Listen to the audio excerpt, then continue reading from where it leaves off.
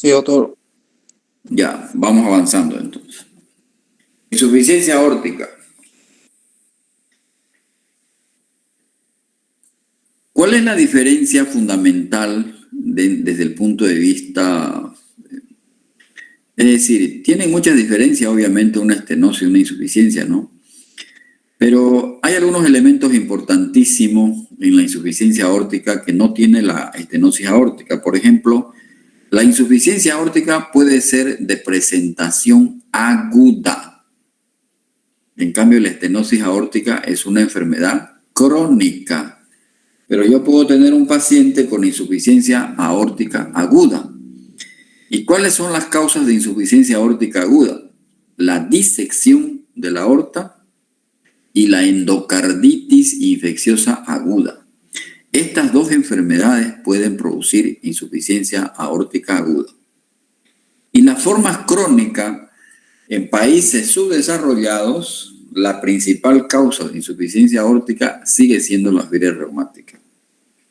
Por esa razón, jóvenes, tienen que leer mucho fiebre reumática, porque este es el dolor de cabeza para las valvulopatías. Es la principal causa de compromiso valvular. Sin embargo, la insuficiencia aórtica también se puede presentar cuando hay problemas del anillo valvular.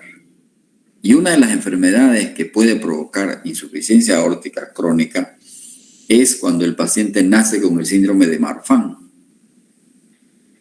Las enfermedades de tipo inmunológicas, reumatológicas, tipo artritis reumatoidea, lupus eritematoso sistémico, también pueden acompañarse de insuficiencia de la válvula aórtica. Por definición, la insuficiencia aórtica es el reflujo de sangre de la aorta al ventrículo izquierdo durante la diástole como resultado de una válvula aórtica incompetente. Porque ¿cuál es lo normal? Viene la sístole ventricular. Cada vez hay un aumento, los ventrículos se van llenando de sangre hasta que llega a su máxima capacidad. ¿Con cuánto se llenan los ventrículos de sangre? ¿Cuánto es el volumen de fin de diástole? Es decir, la sangre pasa de las aurículas a los ventrículos. ¿Cuánto es lo máximo de sangre que acapara el ventrículo izquierdo antes de contraerse?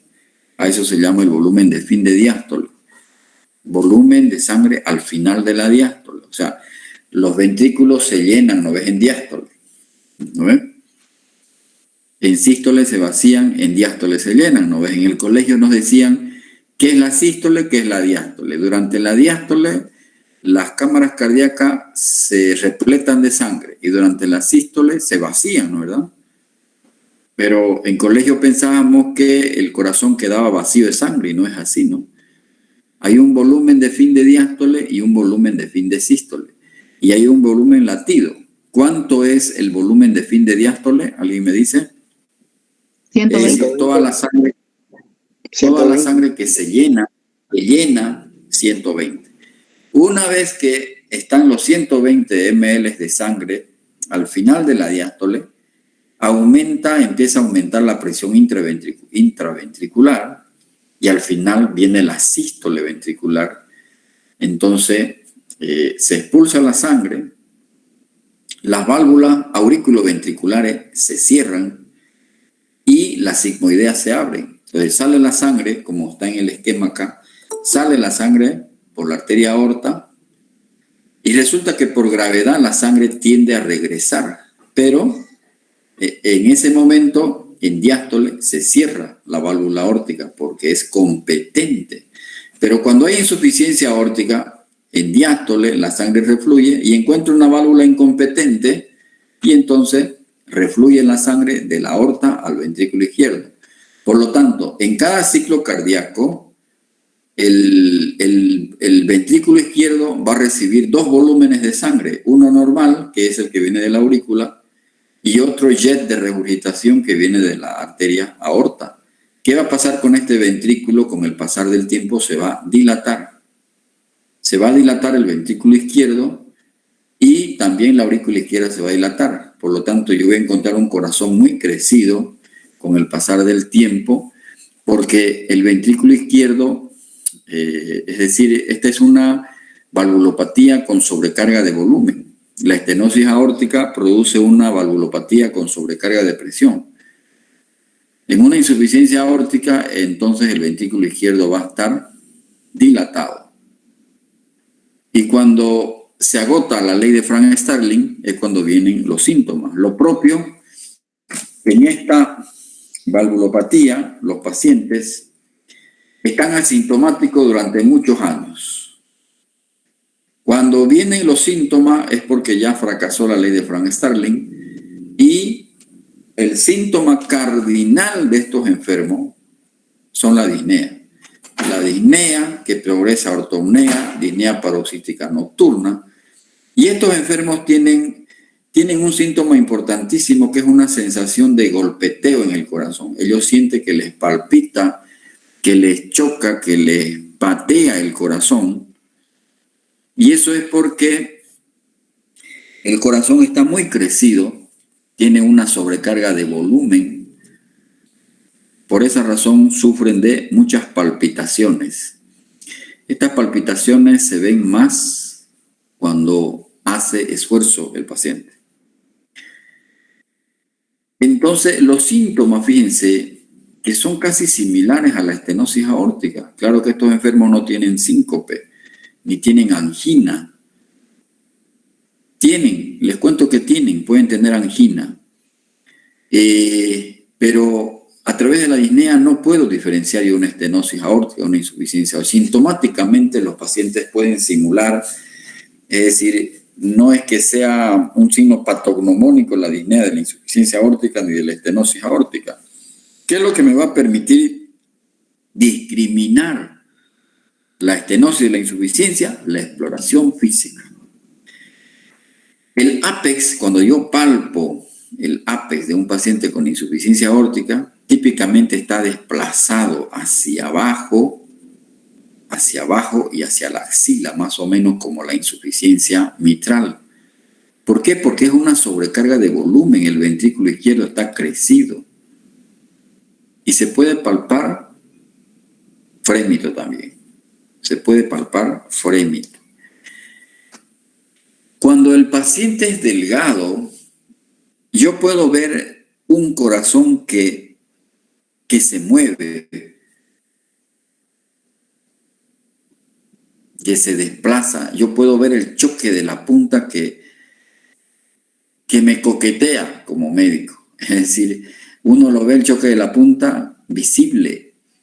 En cada sístole uno lo ve que se mueve el ápex. Cuando son obviamente pacientes delgados, es el golpeteo. El ápex entonces está desplazado hacia abajo del quinto espacio intercostal. Y esto es lo que el doctor Barr le llamaba choque en cúpula. Es decir, si yo palpo el choque de la punta a mano llena, yo puedo palpar un choque de la punta bien amplio, desplazado. Y eso es porque hay dilatación del ventrículo izquierdo secundario a sobrecarga de tipo diastólica. Típicamente, la insuficiencia aórtica produce un soplo diastólico en el foco accesorio aórtico. ¿Qué características tiene este soplo diastólico? Aparece después del segundo ruido cardíaco. Tiene un timbre aspirativo. Es suave, decrecente y se irradia hasta el ápex. Aparece después del segundo ruido cardíaco. Y fundamentalmente se explora con el diafragma del fonendoscopio. Y si yo lo pongo a mi paciente en posición de azulay, lo puedo ocultar mejor. En anteriores clases, alguno de sus compañeros me preguntaba del Austin Flint. Aquí está el Austin Flint. ¿Qué es el Austin Flint? Resulta que El Austin Flint, este soplo, que es un soplo especial descrito por este señor, es un ruido que simula una estenosis mitral, porque tiene un timbre de retumbo, es rudo, funcional en el ápex, sin que exista una lesión de la válvula mitral, sino porque hace flamear la válvula mitral. Ese jet de regurgitación aórtica hace flamear la válvula mitral. Entonces, se presenta el Austin Flint solo cuando la insuficiencia aórtica es severa, cuando es importante. No se presenta cuando es leve a moderada. Es un retumbo funcional que simula una estenosis mitral, pero a diferencia de la estenosis mitral, no tiene chasquido de apertura mitral, que eso sí que es propio de la estenosis mitral. Es un soplo suave, aspirativo, que se oculta mejor con la membrana del estetoscopio y se irradia al ápex. Y mejor si yo lo coloco al paciente en esta posición de Azulay, con el cuerpo inclinado hacia adelante. Aparece en la primera fase de la diástole, por eso se llama protodiastólico. Inmediatamente después del segundo ruido cardíaco va decreciendo. Es agudo, de timbre aspirativo y que se irradia al ápex. Esa es la característica. Entonces aquí está el fonocardiograma. Esta imagen significa que es decreciendo después del segundo ruido cardíaco, y el Austin Flint, como decíamos, es un soplo en insuficiencia aórtica grave. Y eso es por desplazamiento diastólico, porque hace flamear la valva anterior de la válvula mitral por el jet de regurgitación de la insuficiencia aórtica. Esas son las características de una insuficiencia de la válvula aórtica.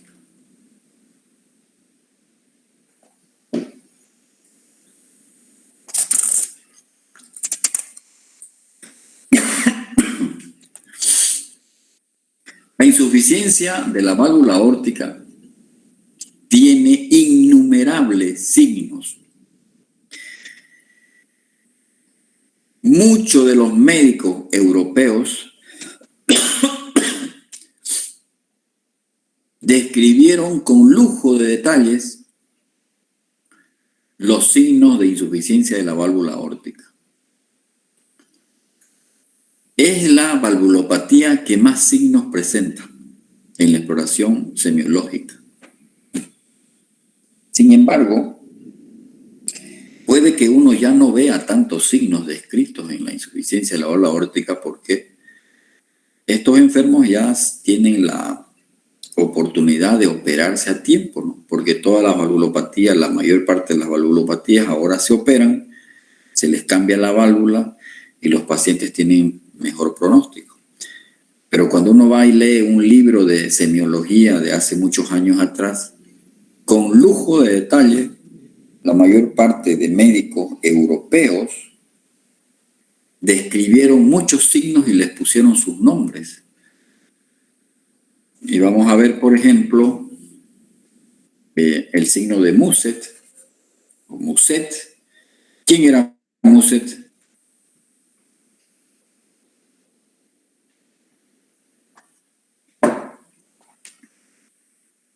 ¿Quién era Muset? Alfred Muset. ¿Quién era ese señor?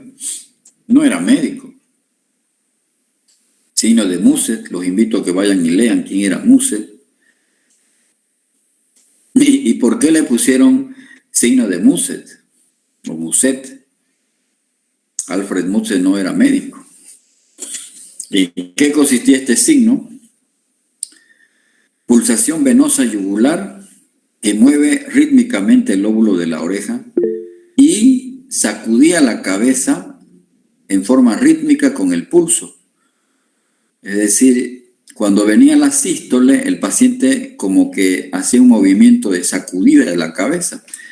Pero esto se veía en insuficiencia aórtica grave. Probablemente ya no vemos, yo no he visto ya signo de Muset, ¿no?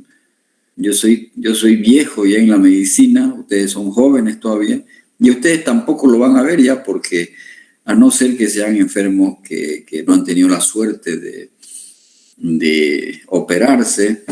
Yo hace unos 8 años atrás vi uno de mis últimos enfermos que no se pudo operar y lo vi morirse al pobre enfermo, digamos, ¿no? Porque no tenía condiciones económicas para operarse. Y les mostraba a mis estudiantes, ¿no? Hasta que fue el último día ya de que falleció el paciente, ya dejé de verlo y dejé de acordarme de la signología que tenía la insuficiencia aórtica. Típicamente, los pacientes que tienen insuficiencia de la válvula aórtica, sobre todo lo que está muy insuficiente la válvula, tienen una presión diferencial muy amplia. Normalmente, ¿cuánto es la presión diferencial? ¿A qué se llama presión diferencial? Díganme. Porque los pacientes con insuficiencia aórtica tienen una presión diferencial muy amplia. Y es un dato que llama la atención cuando la enfermera le toma la presión arterial.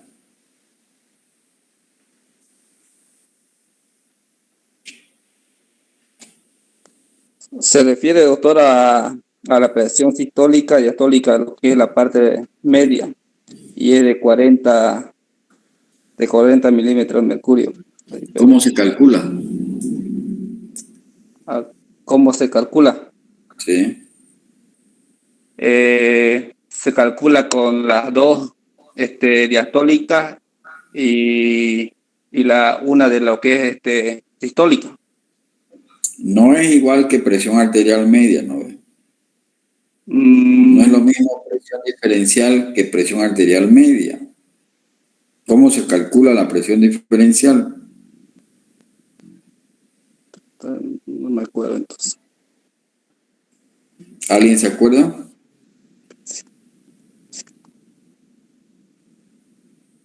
Pero eso es tan sencillo. ¿Cómo no van a saber cómo es la presión diferencial? Es restar pues la sistólica menos las diastólicas. Si un paciente tiene 120/80, ¿cuánto es su presión diferencial?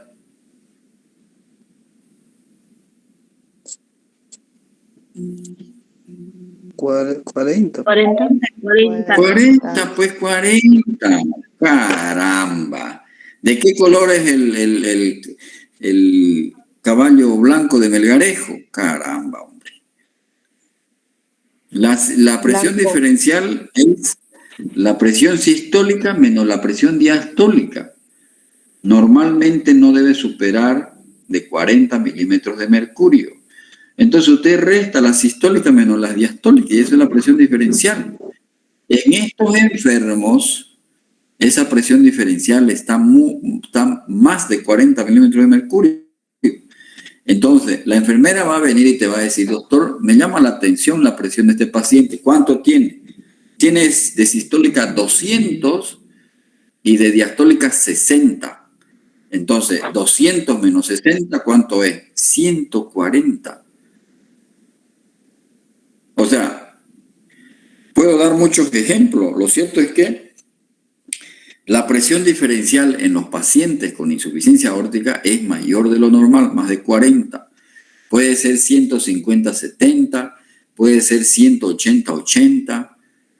Es una presión diferencial que se llama divergente, más la sistólica y menos la diastólica.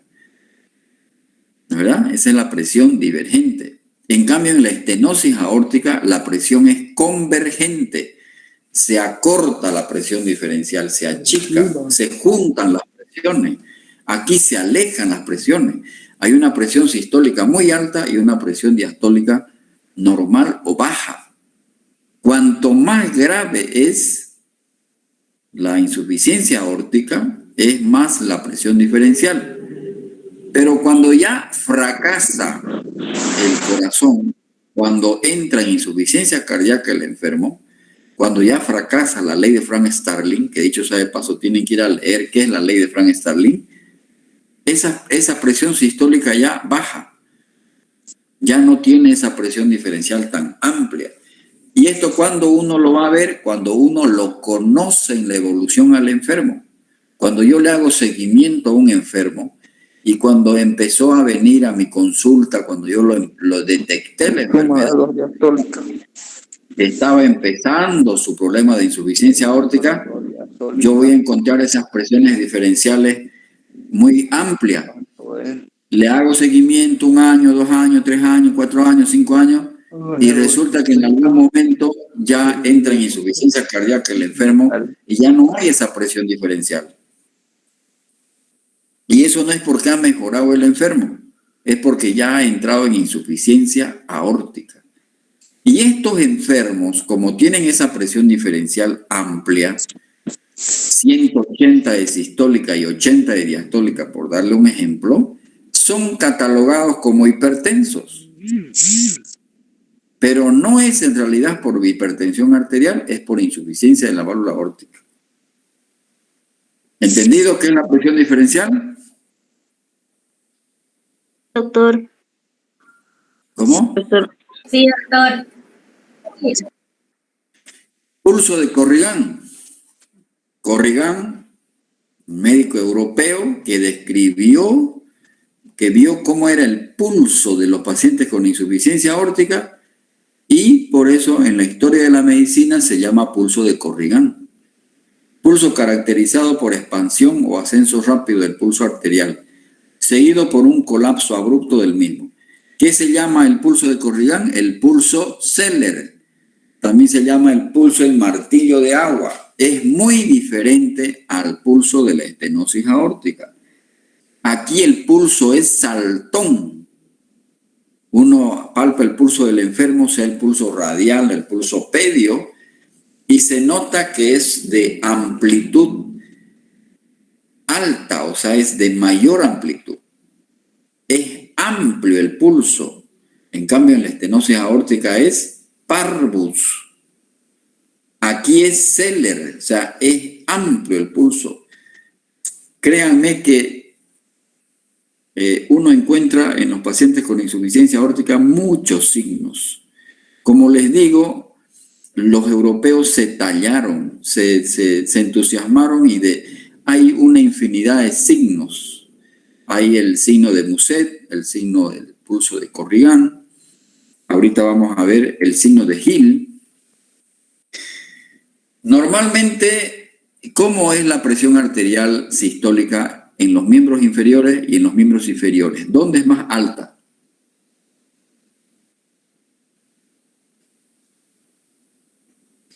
¿En las piernas o en los brazos? En los miembros inferiores, doctor. En las piernas. En las piernas. En las piernas. Si yo tengo una sistólica de 120 en el brazo, en la pierna voy a tener 140, pero no más. El signo de Hill, porque fue el doctor Hill que lo describió, y por eso le pusieron el signo de Hill, él, cuando exploraba a sus enfermos, le llamó la atención que la presión sistólica en las piernas excedía la de los brazos. Más de 30, más de 40, más de 50, más de lo normal. Y el signo de Hill, cuando uno lo encuentra, cuanto más alto esté este número, es decir, cuanto más alta esté la presión sistólica en las piernas, es más grave la insuficiencia aórtica. Es decir, es un signo de gravedad, el signo de Hill. Entonces, yo los invito a que ustedes, en el libro de semiología, lean todos los signos periféricos de insuficiencia de la válvula aórtica. Le estoy citando 3 porque son los que más se ven: el Hill, el Muset y el Corrigan, el pulso Zeller, el martillo de agua también se llama. Entonces, es un signo de gravedad. ¿Qué hago yo para explorar el signo de Hill? Sencillo, pues tomo la presión sistólica en uno de los brazos, anoto cuánto tiene y me voy abajo. Pongo el brazalete en el muslo y pongo mi fonendoscopio en el hueco poplíteo. Pero si mi paciente tiene unas piernas muy gruesas, y no va a alcanzar mi brazalete, puedo poner el brazalete más abajo en la pierna y puedo poner mi fonendoscopio en el pulso pedio. Lo cierto es que es importante explorar el signo de Hill porque me indica gravedad y me ayuda en el diagnóstico, porque normalmente no debe existir más de 20 milímetros de mercurio entre la sistólica y la de miembro superior con la sistólica de miembros inferiores. O sea, en concreto es siempre más alta la presión sistólica en miembros inferiores que en miembros superiores.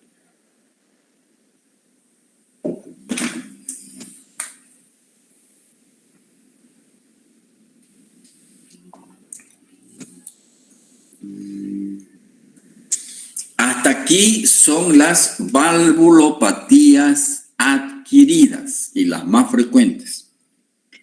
Es decir, válvula mitral, estenosis, insuficiencia, válvula aórtica, estenosis, insuficiencia. Es decir, tienen que saber ustedes la semiología de las 4 valvulopatías. No voy a preguntar yo fisiopatología, mucho de causas, sino semiología. ¿Cómo es el pulso? ¿Qué característica tiene el pulso? ¿Cómo es el soplo? ¿Qué característica tiene el soplo en una estenosis mitral, en una insuficiencia mitral, en una estenosis aórtica, en una insuficiencia aórtica? ¿Dónde se irradia? ¿Qué timbre tiene? ¿Dónde se localiza? ¿Dónde es el epicentro? Entonces, una clase más y prácticamente estuviéramos terminando esta parte de semiología cardiovascular. Y se van preparando para la teoría del electrocardiograma. Entonces, el día jueves, 2 clases más de esta parte. El jueves vamos a avanzar las cardiopatías congénitas, ya las más importantes desde el punto de vista semiológico. No voy a describir totalmente las cardiopatías congénitas, porque eso es materia de 4º año. Pero sí me interesa que ustedes sepan los elementos semiológicos. ¿Alguna pregunta? Doctor, Sí. yo tengo una duda. Cuando usted dice, cuando habla de frénito sistólico, ¿esto se refiere cuando uno va a palpar corazón o hay que sentir el agrandamiento o a qué se refiere con eso? Y otra pregunta más tengo, lo que es el ruido paradójico, ¿también va casi basado al pulso paradójico? Ya. El frémito es la palpación del soplo. El soplo se explora con auscultación, ¿no ve? Con el fonendoscopio. El frémito se explora con palpación, poniendo la palma de la mano en el pecho del enfermo. No siempre es fácil discriminar si es un frémito sistólico o un frémito diastólico, porque eso es una característica de la auscultación. Lo importante es palparlo el frémito. Todo soplo que es grave se acompaña de frémito. Si ustedes van y recuerdan el score de Levin, que es para la intensidad del soplo, los soplos en grado 4 ya se acompañan de frémito. Es decir, un soplo que tiene frémito significa que es intenso el soplo, que es grave el soplo. Y generalmente indica una cardiopatía estructural. ¿Está claro? Sí, doctor. Entonces el dolor va a ser en eso mayormente, va a ser intenso y grave. Mayormente el paciente se va... Cuando hay frémito, quiere decir que eso coincide con un soplo en grado 4 del score de Levin. Revisá a ver el score de Levin, lo que se clasifica en 6, ¿no ve? 1/6, 2/6, 3/6, 4/6. Si hay frémito, es que el soplo es 4/6. Tiene que ser un soplo intenso. Y no tienen que dudar que si hay frémito, es que es una cardiopatía estructural grave. Por eso hay que palpar el pecho del enfermo. Todo el pecho, todo el precordio se palpa. a mano llena, y también se palpan las carótidas, el cuello, porque puede haber un soplo, el soplo de la estenosis aórtica, el soplo de la estenosis pulmonar, se irradia a las carótidas. Y si el soplo es intenso, yo voy a palpar frémito en las carótidas igual. ¿Ok? Y lo otro que me preguntabas, el pulso paradójico, ¿no? ¿Se relaciona con el ruido paradójico? No, no hay ruido paradójico, es pulso paradójico. ¿Qué es el pulso paradójico? El pulso paradójico más o menos se relaciona, parece, a la infección, mayormente para ver, digamos, ¿no? Si hay un problema, puede ser una insuficiencia, parece, aórtica igual. Nada, te aplazaste. No hay nada que ver, no, eso no es a la inspección. El pulso paradójico no es a la inspección. No se ve el pulso paradójico. Bueno, para el jueves me dicen que es el pulso paradójico. Les dije yo, en semiología cardiovascular hay pocos síntomas, pero hay una infinidad de signos. Los signos se exploran, se investigan. Siéntese, señor, póngase de barriga, póngase de espalda. Hay que buscarlos. Hay que buscarlos. Y eso es semiología, semiotecnia. ¿No ven? Los pacientes no van a venir a decir, te tengo signo de Hill. Usted tiene que ir a buscar el signo de Hill, tiene que ir a buscar el signo de Muset, el pulso Zeller. ¿Alguna otra pregunta?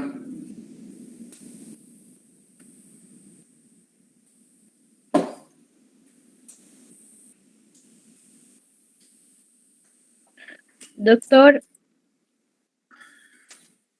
Diga.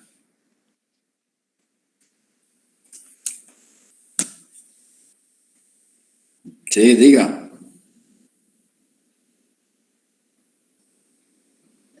Tengo una pregunta. Por favor, ¿puede volver a repetir los signos que dijo que permiten discriminar la insuficiencia aórtica?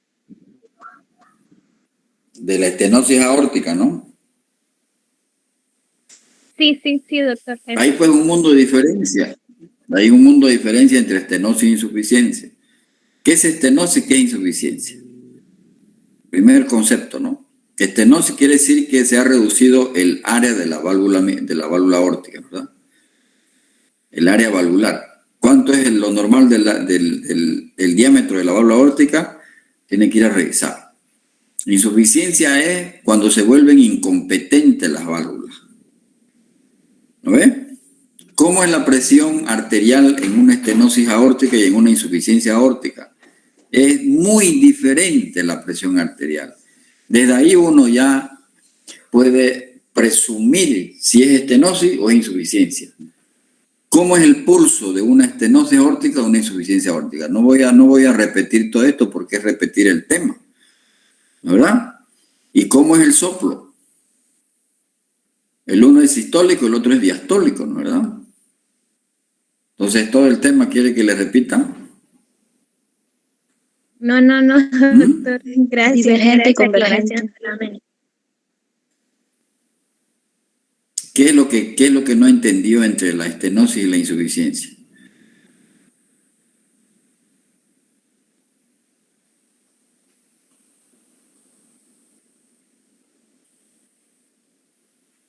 La presión arterial es muy diferente en la estenosis aórtica y en la insuficiencia aórtica.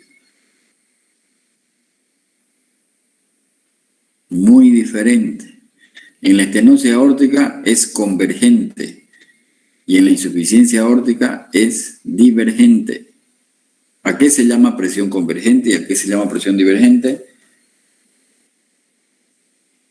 Usted hágase un cuadro ilustrativo y empiece, pues, ¿no? Presión arterial. ¿Cómo es la presión arterial en una estenosis y una insuficiencia? ¿Cómo es el pulso en una estenosis y una insuficiencia? Hágase un cuadrito, hágase un resumen, un chanchullo hágase, y ahí se va a ir dando cuenta, agarra el libro y se hace un esquema de ayuda, de memoria. ¿Cómo es el soplo? El uno es diastólico y el otro es sistólico. ¿Qué timbre tiene el de la estenosis? El de la insuficiencia. ¿Dónde se irradia? ¿Dónde se localiza? ¿Dónde está el epicentro? ¿Cómo es la palpación? Eso es semiología. ¿No ves? Eso es semiología. Hacer las diferencias. Porque la válvula sigue siendo la misma, es la válvula aórtica. Pero no es lo mismo que esté estenosada a que esté insuficiente. Las causas también son un poco diferentes. ¿Ok? ¿Alguna otra pregunta? Ya, doctor, está bien. Gracias. Por eso antes de empezar la clase, formulen sus preguntas, sus interrogantes para que las podamos absorber. Doctor, quería preguntarle, usted dijo, digamos, de estenosis aórtica que había los síntomas cardinales, ¿no? Y de lo que es la insuficiencia aórtica, no. ¿Cuáles serían los síntomas cardinales o serían lo mismo? Aparte del Dijimos que pulso hay divergente.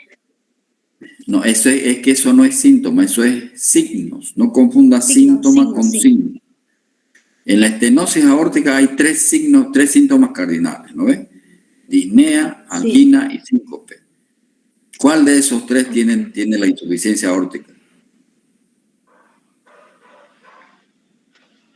Pues, esa era mi pregunta, doctor. Disnea, pues. ¿Acaso ¿Solo no hemos disnea? dicho que tiene disnea? Tiene disnea, ¿no? ¿Qué más tiene? Sensación de golpeteo, es decir, palpitaciones. Siente unos golpes el paciente en el pecho. Pero la disnea también lo tiene el paciente con estenosis aórtica. Pero el paciente con insuficiencia aórtica habitualmente no tiene mucha angina ni mucho síncope. Pero no es que el paciente con estenosis aórtica va a tener los tres síntomas juntos. No siempre es así. Tiene un inicio. Y cuando ya está en la etapa final, puede que uno preguntándole al enfermo, ¿y usted, señor, cuando empezó su enfermedad, con qué síntoma empezó su enfermedad? Le cuento, doctor, que mi padre lo primero que sintió fue una vez un mareo. Y ya después le daban mareos a repetición. Ese mareo es el síncope, ¿no es verdad? Para nosotros es como un síncope. Y no le dolía el pecho. Sí, doctor, cuando él caminaba 2 cuadras le dolía el pecho. ¿Te das cuenta? Y ahora ya está con disnea. ¿Qué quiere decir la disnea? Que es un síntoma ya de una enfermedad más evolucionada. Por eso es que la anamnesis es clave. En la historia clínica, la enfermedad actual, esa es la finalidad de la enfermedad actual, hacer cronología de los síntomas, es decir, cuál apareció primero y cómo evolucionó. Eso es lo que usted tiene que... Por eso yo les decía, es un arte armar la enfermedad actual. Eso cuesta mucho. Y eso no va a aprender haciendo una sola historia clínica. ¿No ve? Mientras más historia clínica uno hace, más hábil se convierte en armar ese rompecabezas de los síntomas de la enfermedad actual.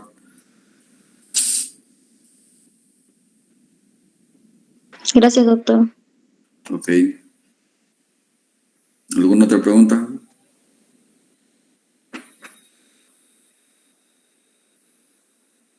Bueno, jóvenes, entonces, el jueves o viernes, jueves y viernes, creo que terminamos esta parte de semiología cardiovascular y nos dedicamos a electrocardiografía. Si se dan cuenta, ¿qué enfermedades estamos viendo? Estamos viendo fibras reumáticas, hemos visto Chagas, ¿verdad? Y estas 4 valvulopatías. Luego vamos a ver cardiopatías congénitas, las más frecuentes desde el punto de vista semiológico. Semiológico. Inspección, palpación, auscultación. ¿Verdad? Entonces, todo lo que estoy hablando está en el libro de semiología de Argente Álvarez. Si no hay preguntas, nos veremos.